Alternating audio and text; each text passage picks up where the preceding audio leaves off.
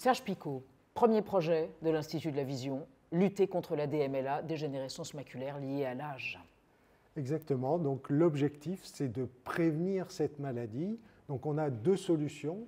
Soit on cible les photorécepteurs à cônes qui dégénèrent par une thérapie pharmacologique, soit on cible l'inflammation qui est un élément crucial dans cette pathologie et on prévient cette inflammation pour éviter la mort des photorécepteurs. Le deuxième projet de l'Institut de la Vision, Serge Picot, considérable, traiter le syndrome de Usher, assez mal connu, mais qui peut rendre sourd, aveugle et induire même des troubles de l'équilibre. Oui, alors nous, ce que nous voulons, c'est prévenir la cécité et donc, en fait, comprendre aussi pourquoi cette pathologie atteint autant les cellules de l'audition que les cellules de la vision. Mais nous avons déjà des éléments pour comprendre ce phénomène. Autre projet de l'Institut de la Vision, Serge Picot, Visiorg. Il s'agit de traiter les maladies de la rétine avec des cellules souches.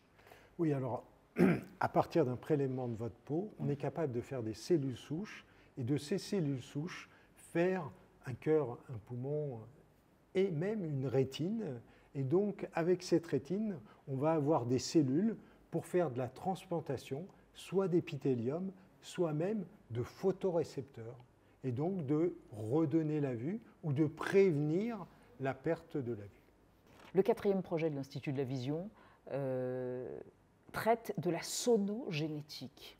Sonogénétique, le son et la vue, l'ouïe et la vision. Qu'est-ce que c'est? C'est fascinant, Serge Picot. Alors l'idée, c'est pour les patients qui perdent le lien œil-cerveau, si on veut leur redonner la vue, il faut stimuler leur cortex visuel. Et pour ça, on a eu l'idée d'utiliser des ultrasons pour projeter les images dans le cerveau, dans le cortex visuel. Mais avant, il fallait rendre les neurones sensibles aux ultrasons. Donc on va faire une thérapie génique qui permet d'exprimer dans les neurones du cerveau une protéine qui les rend sensibles aux ultrasons. La sonogénétique, ça fait de l'Institut de la Vision un institut absolument pionnier. Ah, nous avons été pionniers dans la restauration visuelle par les prothèses, par l'optogénétique et maintenant par la sonogénétique au niveau du cortex visuel.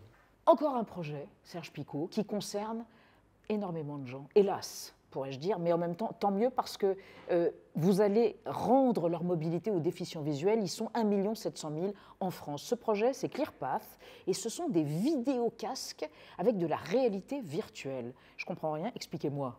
L'idée, c'est que le patient qui a perdu une partie de son champ visuel au niveau central ou au niveau périphérique, l'idée de ce casque, c'est que son écran présente les informations visuelles au patient dans la zone résiduelle et qu'on adapte éventuellement le champ de vue à son champ visuel. Et en particulier, pour ceux qui n'ont qu'un champ visuel très central, on va minifier l'image pour l'adapter à son champ visuel très central. Donc, des informaticiens, des chercheurs, des cliniciens travaillent par exemple pour ces masques extraordinaires qui vont rendre la vie quotidienne possible à tous ces gens.